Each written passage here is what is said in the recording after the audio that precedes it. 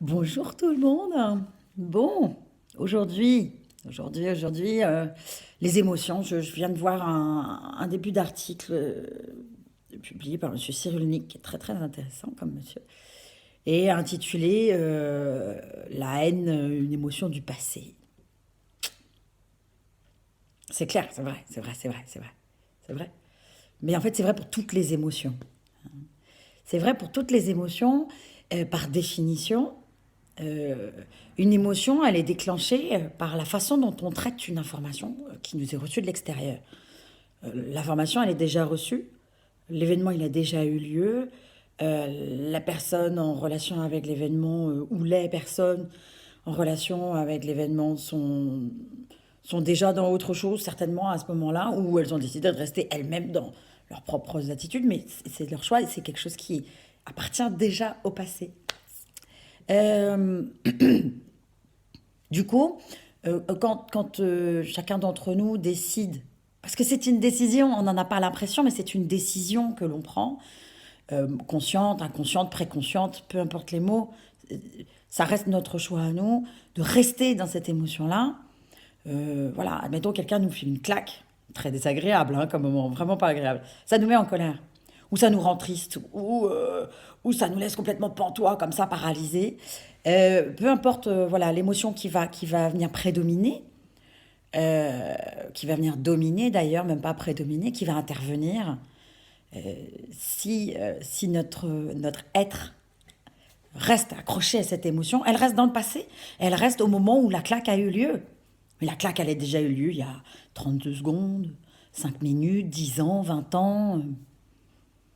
À charge pour nous, pour chacun d'entre nous, pour soi, de, euh, de se rendre compte de l'utilité ou de l'inutilité de rester dans cette émotion-là. Donc dans cette colère, dans cette tristesse, dans cette paralysie, dans cette sidération dont on parle peu de la sidération, évidemment, on est dans une société des hommes où on fait tout machin. La sidération, c'est le moment où on ne fait rien, il ne se passe rien. C'est majoritairement un mode de réaction des femmes. Malheureusement, aujourd'hui, on en entend parler pour des situations absolument abominables, insupportables, inacceptables, euh, euh, de l'ordre de la sexualité forcée. Donc, je reviens à une émotion lambda, en tout cas, voilà. C'est nous, à ce moment-là, qui décidons de rester dans cette émotion ou pas. Des fois, on décide aussi de rester dans une émotion joyeuse, hein. On se souvient de quelque chose qui s'est passé. Par exemple, hier, moi, j'ai vécu une journée extraordinairement agréable, géniale. Il s'est passé des choses super sympas. Et du coup, ce matin, j'aime à me bercer de cette émotion super sympa que j'ai vécue hier. Mais c'est déjà hier, c'est fini, c'est passé. L'événement qui a suscité cette émotion si joyeuse, c'est déjà passé. Par contre, je viens me nourrir de cette émotion-là et elle me permet, face à la journée qui arrive, de l'appréhender sous l'angle de la joie qui n'a rien à voir avec la journée d'aujourd'hui. Il va se passer d'autres choses aujourd'hui et il se passe d'autres choses aujourd'hui. Mais je décide de m'accrocher à cette joie-là pour venir ensoleiller ma journée, quelles que soient justement les situations qui se présentent à moi, de façon à ce que des émotions désagréables, mortifères, moribondes, ne viennent pas m'envahir et je ne sois pas dans cet accrochage-là euh, désagréable, d'une émotion désagréable. Donc, pour vous dire, vous avez le choix. Vous avez le choix. Il y a toujours un moment, même si on est complètement débordé, il y a toujours un moment où on on va se rendre compte, on va dire ah ouais là là, ça n'allait pas du tout. À ce moment-là, j'étais et on est en fait à ce moment-là, on est exactement dans la même émotion que l'émotion dont on est en train de parler, suscitée par l'événement dont on est en train de parler, qui est dans le passé, c'est fini, c'est terminé. Donc, on a tout pouvoir sur la façon dont on vit nos vies. C'est notre décision, c'est notre choix, vraiment. Et c'est pas sorcier, c'est pas un truc super compliqué, il n'y a pas besoin d'avoir fait 25 ans de développement personnel pour ça, juste pour avoir cette prise de conscience de j'ai le choix. Par contre, c'est une décision d'avoir le choix. On décide de ne plus être soumis à ses émotions ou de rester soumis à ses émotions.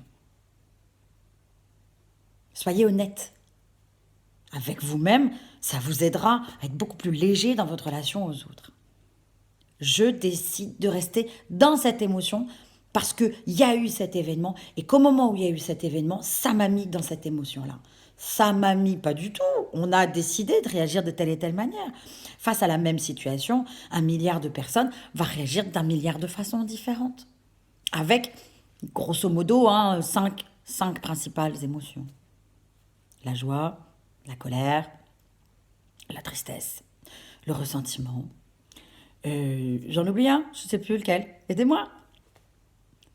Je reste disponible, toujours. Je suis là pour vous accueillir en séance individuelle. Le prochain atelier Bonheur d'Arwen, c'est le 22 décembre après-midi. On fête le solstice d'hiver. Le jour le plus court, mais la nuit la plus longue. Donc, l'occasion de se ressourcer totalement avec un sommeil bien réparateur, quelque chose d'intense, et donc aller chercher cette capacité à se régénérer dans le sommeil, dans le repos, dans la richesse des relations, se rendre compte de la préciosité de la circulation de l'énergie, parce voilà, on sera dans l'énergie de l'eau à ce moment-là.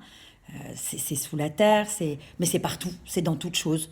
C'est tout ce qui nous, 66% de ce qui nous constitue, 90% de ce qui constitue une plante. Donc on va aller travailler ça et s'en réjouir, s'en gargariser. Et en commentaire, commentez, posez des questions, envoyez-moi des messages privés, partageons, existons.